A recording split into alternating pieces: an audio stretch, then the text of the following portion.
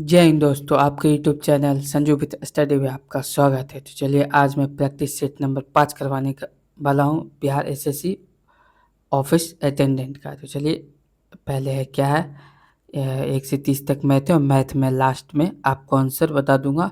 Question number 31 से शुरुआत करता हूँ जो कि जीके जीएस का क्वेश्चन है। तो चलिए क्वेश्चन नंबर 1 क्या कहता है, हड़प्पा स्थल किस नदी के तट पर स्थित है। तो हड़प्पा स्थल किस नदी के तट पर स्थित है? यह है रावी नदी के तट पर स्थित है। यह रावी नदी के तट पर स्थित है। रथ पैगोड़ा का निर्माण किस शासक ने करवाया था? तो रथ पैगोड़ा का निर्माण पल्लव वंश ने करवाया था। रथ पैगोड़ा का निर्माण किस शासक ने करवाया था?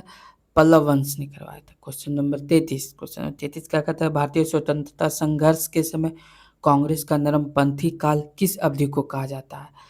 तो कांग्रेस का नरमपंथी काल 1885 से लेकर 1905 तक कहा जाता है। ठीक है, answer question number 34। Question number 34 क्या कहता है, जब 1942 में भारतीय राष्ट्रीय कांग्रेस ने भारत छोड़ो आंदोलन छेड़ा तब भारत का वायसराय कौन था? तो तब भारत का वायसराय लिथुगो था। जब 1942 में भारतीय राष्ट्रीय कांग्रेस ने भारत छोड़ो आंदोलन छेड़ा तब भारत का वायसराय कौन था? तो इसका आंसर हो जाएगा ए लिथुगो। Question number 35। भारतीय स्वतंत्रता आंदोलन के दौरान मुस्लिम लीग के द्वारा मुक्ति दिवस कब मनाया जाता है? तो यह कब मनाया जाता है? 22 दिसंबर 1939 को मनाया जाता है। Question number 36। क्वेश्चन नंबर 36 क्या कहता है, 1767 ईस्वी में बंगाल का सर्वेयर जनरल किसे बनाया गया था? तो किसे बनाया गया था? यह मेजर रेनल को बनाया गया था। 1767 में बंगाल का सर्वेयर जनरल किसे बनाया गया था? मेजर रेनेल को बनाया गया था। Question number 37। सुगौली की संधि नेपाल कब संपन्न हुई थी? इसका आंसर हो जाएगा ए 1816 में। सुगौली की संधि नेपाल कब संपन्न हुई? 1816 में। ठीक है, क्वेश्चन नंबर 38। 38 क्या कहता है, द्वितीय विश्व युद्ध का तत्कालीन कारण क्या था? तो इसका आंसर हो जाएगा डी, पोलैंड पर जर्मनी का आक्रमण। तो द्वितीय विश्व युद्ध का तत्कालीन कारण क्या था? तो यह था पोलैंड पर जर्मनी का आक्रमण। Question number 39। 39 क्या कहता है, फ्रांस में पेरिस कम्यून की स्थापना कब हुई? तो इसका आंसर हो जाएगा सी, 1871 में। तो फ्रांस में पेरिस कम्यून की स्थापना कब हुई थी? 1871 ईस्वी में। Question number 40। क्वेश्चन नंबर 40, स्वतंत्रता का घोषणा पत्र किसने तैयार किया था? तो स्वतंत्रता का घोषणा पत्र तैयार किया था, इसका आंसर हो जाएगा सी, थॉमस जेफरसन ने किया था। स्वतंत्रता का घोषणा पत्र किसने तैयार किया था? थॉमस जेफरसन ने किया था। क्वेश्चन नंबर 41, हिप्पोकैम्प किस ग्रह का चंद्रमा है? तो हिप्पोकैम्प, इसका आंसर हो जाएगा बी, नेपच्यून का है। हिप्पोकैम्प किस ग्रह का चंद्रमा है? तो नेपच्यून का है। क्वेश्चन नंबर 42, वह देश जो विश्व में रेशम का सबसे बड़ा उत्पादक है? तो इसका आंसर हो जाएगा बी, चीन। वह देश जो विश्व में रेशम का सबसे बड़ा उत्पादक है, चीन। Question number 43। क्वेश्चन नंबर 43 क्या कहता है, उष्णकटिबंधीय वर्षावन भारत में कहाँ पाए जाते हैं? तो इसका आंसर हो जाएगा बी, उत्तर पूर्वी क्षेत्र में। उष्णकटिबंधीय वर्षावन भारत में कहाँ पाए जाते हैं? उत्तर पूर्वी क्षेत्र में। ठीक है, क्वेश्चन नंबर 44, 2015-16 में भारत के किस राज्य ने सर्वाधिक नारियल का उत्पादन किया? तो इसका आंसर हो जाएगा सी, केरल में। 2015-16 में भारत के किस राज्य ने सर्वाधिक नारियल का उत्पादन किया? केरल ने किया। ठीक है, क्वेश्चन नंबर 45।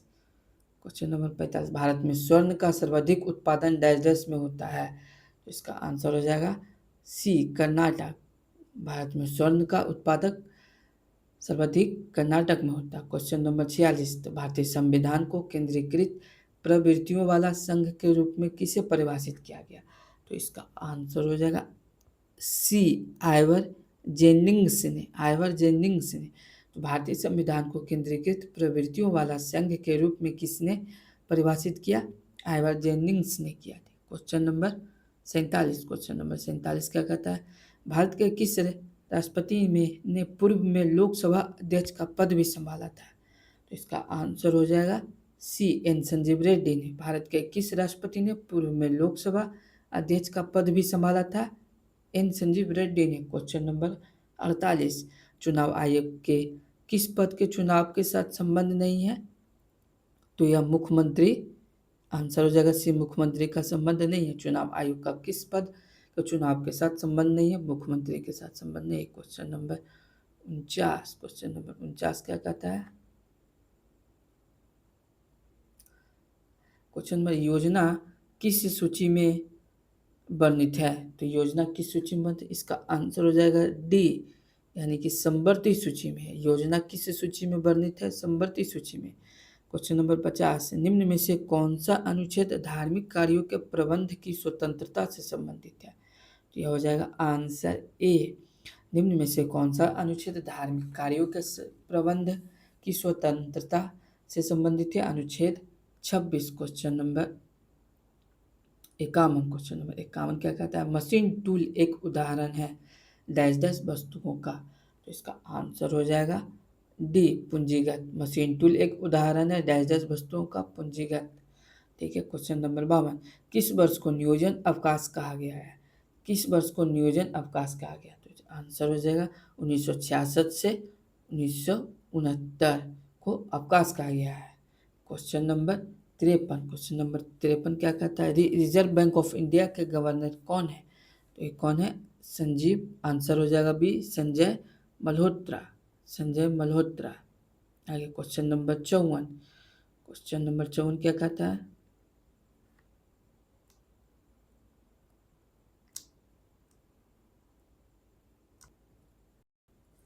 क्वेश्चन नंबर 54, भारतीय विशिष्ट पहचान प्राधिकरण UIDAI योजना शुरू हुई थी।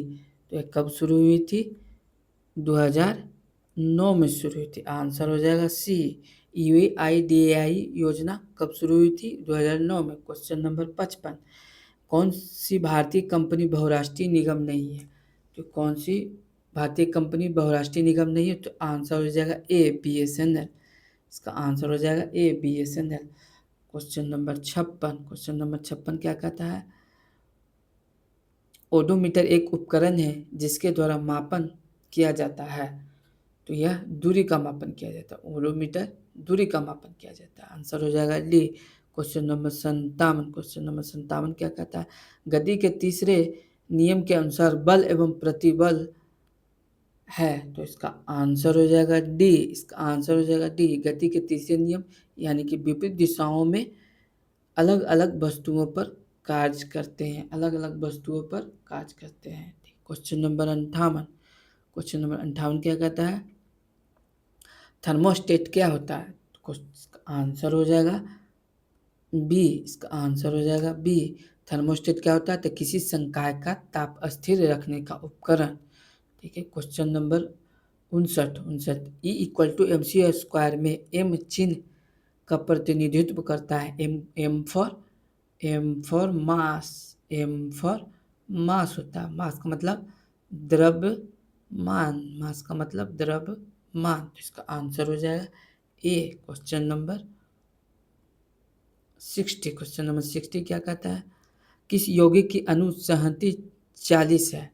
तो किसकी है? इसका आंसर हो जाएगा ए, NaOH। NaOH को सोडियम हाइड्रो ऑक्साइड कहा जाता है। क्वेश्चन नंबर 61, दूध को खुला में छोड़ने पर निम्न में से किसके फॉर्मेशन के कारण खट्टा हो जाता है?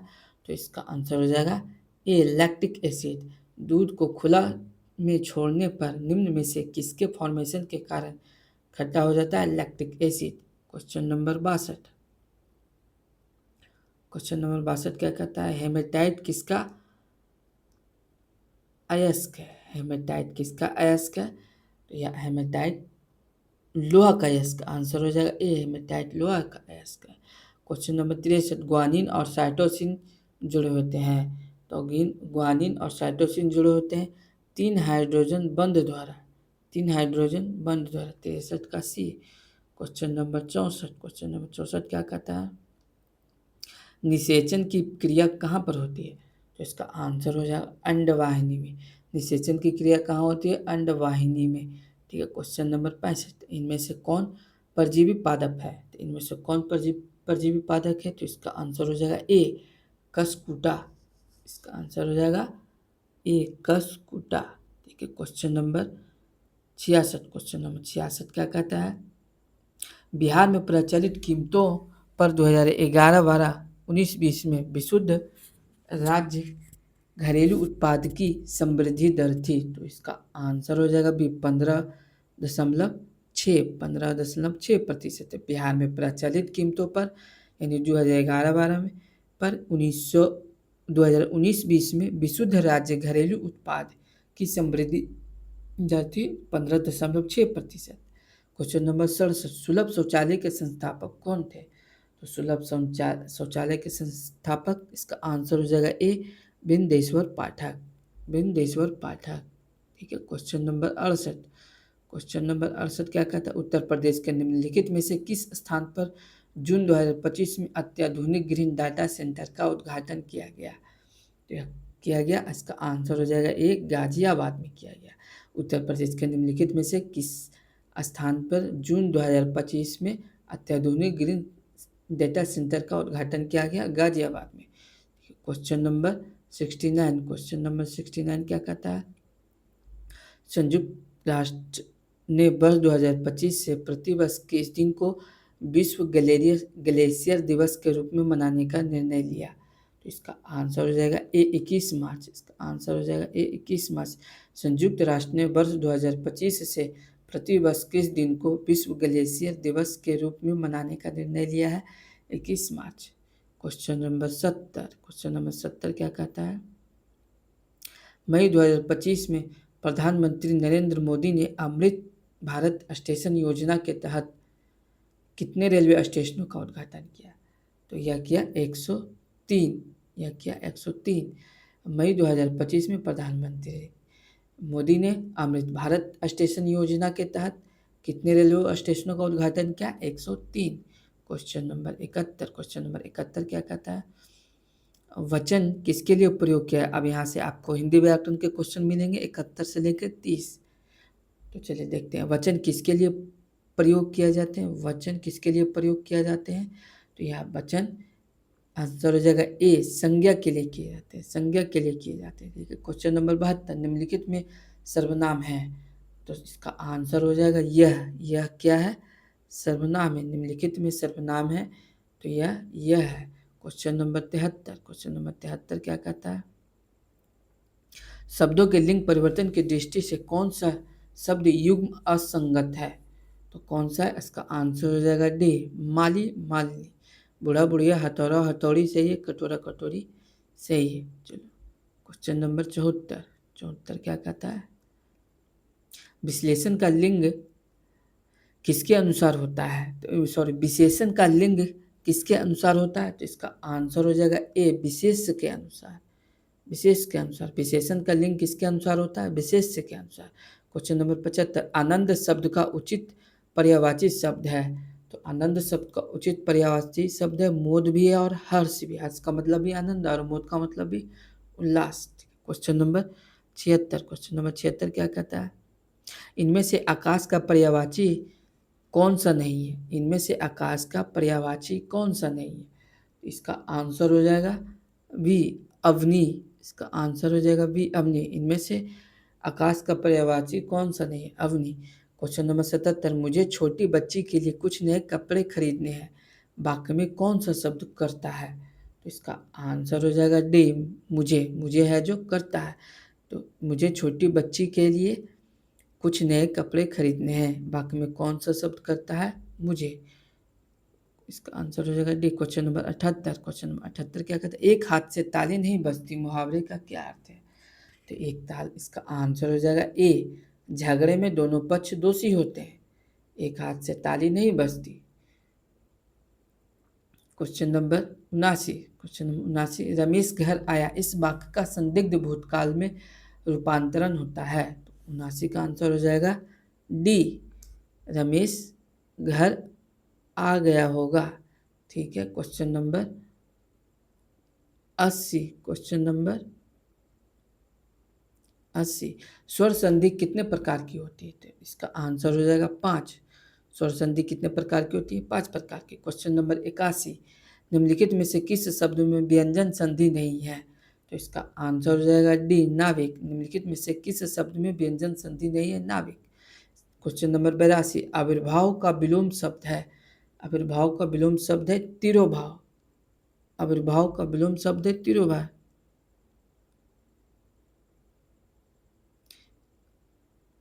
निम्नलिखित में असंगत विलोम शब्द युग्म है। इसका आंसर हो जाएगा सी सात्विक शुद्ध। निम्नलिखित में असंगत विलोम शब्द युग्म है सात्विक शुद्ध। क्वेश्चन नंबर 84, दिए गए शब्द का समास ज्ञात कीजिए यथासंभव। तो इसका आंसर हो जाएगा डी अव्ययभाव संभव। अव्ययभाव समास है। यथासंभव कौन सा समास है? अव्ययभाव समास है। ठीक है। क्वेश्चन नंबर 85, क्वेश्चन नंबर 85 क्या कहता है? लोकोक्ति का समान अर्थ है। तो लोकोक्ति का समान अर्थ क्या है? इसका आंसर हो जाएगा लोक की उक्ति। लोक की उक्ति लोकोक्ति।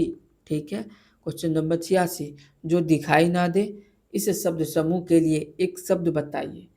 तो यह हो जाएगा जो दिखाई ना दे यानी कि अदृश्य। जो दिखाई ना दे उसे कहते हैं अदृश्य। क्वेश्चन नंबर 87, क्वेश्चन नंबर 87 क्या कहता है? एक की वर्तनी शुद्ध है। एक की वर्तनी शुद्ध है आधिकारिक। एक की वर्तनी शुद्ध है आधिकारिक। 88, अपना हस्ताक्षर लगा दो इस वाक्य में रेखांकित शब्द के स्थान पर उपयुक्त शब्द के प्रयोग से वाक्य को शुद्ध करें। यह हो जाएगा कर। आंसर हो जाएगा डी अपना हस्ताक्षर लगा दो। हाँ, इस वाक्य में रेखांकित शब्द के स्थान पर क्या होगा? तो इसके स्थान पर कर आ जाएगा यानी कि अपना हस्ताक्षर कर दें। ठीक है। क्वेश्चन नंबर 89, क्वेश्चन नंबर 89 क्या कहता है? लिंग के दृष्टि से एक वाक्य अशुद्ध है। तो यह कौन सा एक वाक्य है जो अशुद्ध है? तो इसका आंसर हो जाएगा डी यह राम का गौशाला है।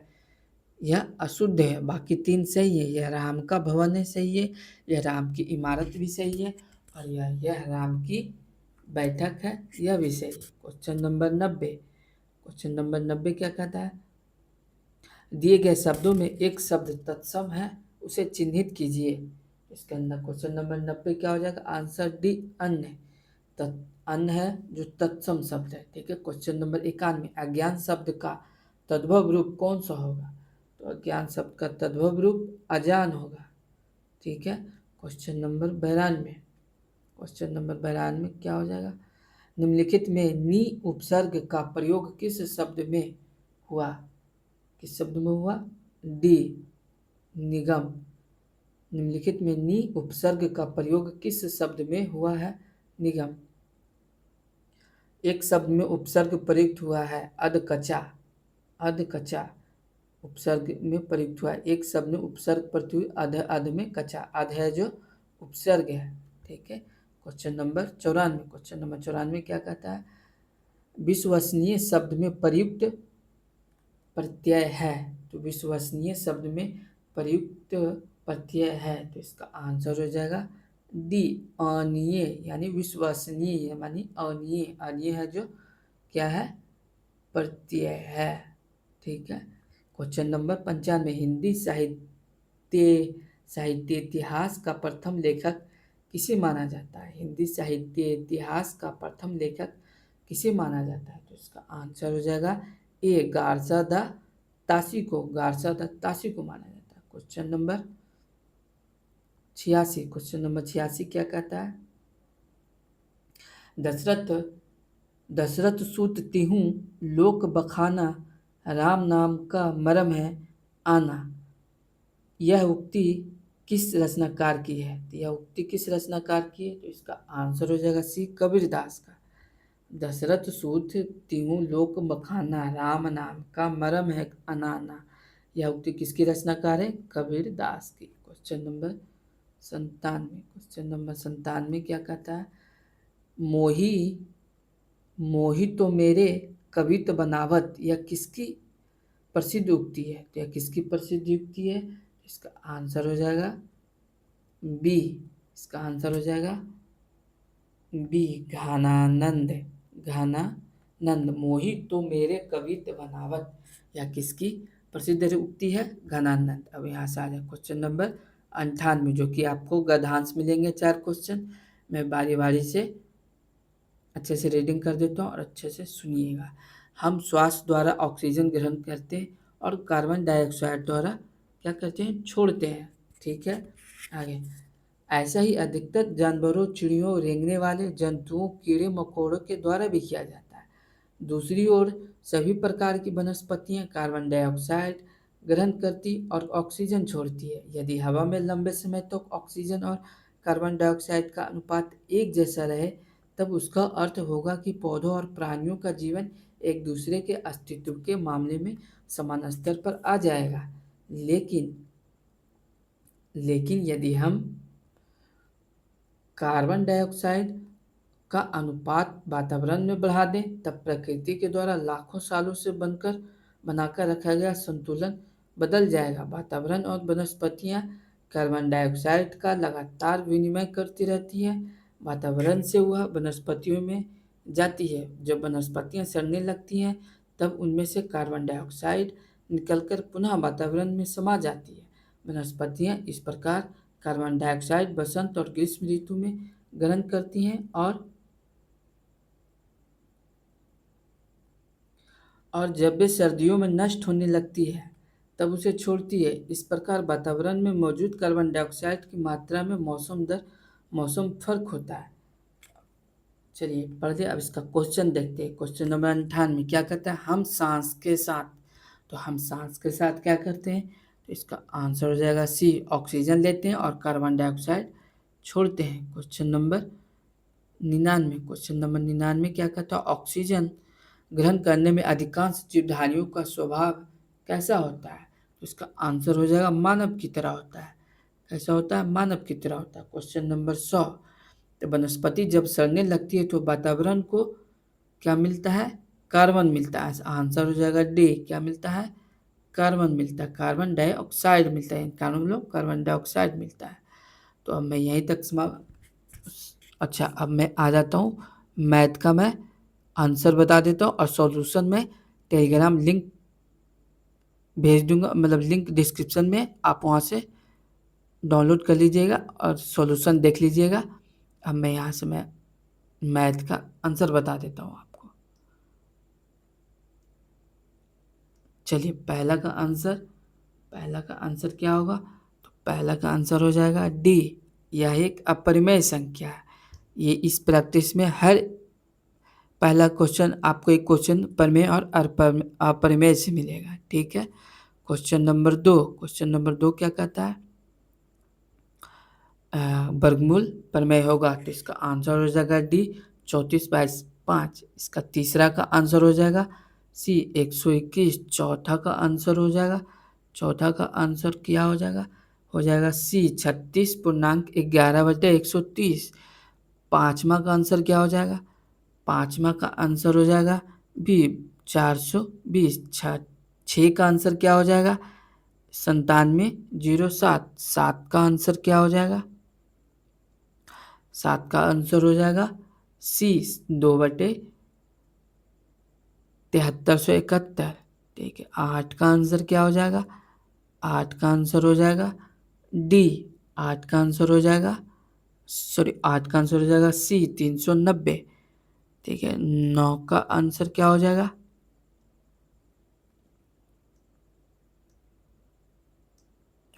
9 का आंसर क्या हो जाएगा, 9 का आंसर डी। 10 का आंसर क्या हो जाएगा, 10 का आंसर हो जाएगा ए, 400। 11 का आंसर क्या हो जाएगा, 11 का आंसर हो जाएगा डी, 16% की कमी।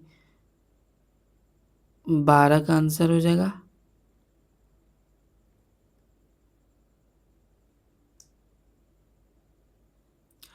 12 का आंसर हो जाएगा बी। 12 का आंसर हो जाएगा बी, 33.1/3%। 13 का आंसर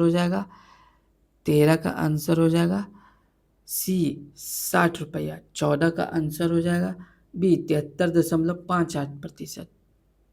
15 का आंसर हो जाएगा सी, 3:3:2। 16 का आंसर हो जाएगा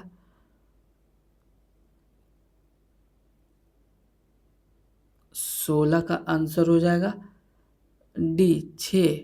17 का आंसर हो जाएगा सी 192। 18 का आंसर हो जाएगा डी 8%। 19 का आंसर हो जाएगा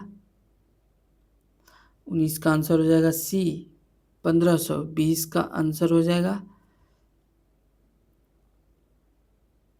20 का आंसर हो जाएगा सी 3906। 21 का आंसर हो जाएगा 21 का आंसर हो जाएगा बी 8 किलोमीटर पर आवर। 22 का आंसर हो जाएगा 22 का आंसर हो जाएगा ए 6 मीटर। 23 का आंसर हो जाएगा 23 का आंसर हो जाएगा डी 60 किलोमीटर पर आवर।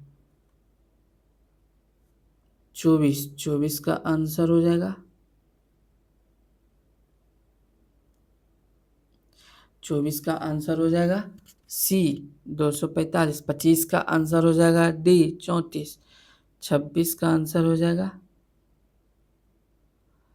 26 का आंसर हो जाएगा सी 18। और 27 का आंसर हो जाएगा डी 28 का आंसर हो जाएगा 28 का आंसर हो जाएगा ए 29 का आंसर हो जाएगा 29 का आंसर डी 30 का आंसर ए। तो जय हिंद दोस्तों, अभी यहीं तक समाप्त करता हूँ और इस चैनल को लाइक एंड सब्सक्राइब जरूर करें और जो भी प्रॉब्लम हो आपको कमेंट सेक्शन में ज़रूर बताएं।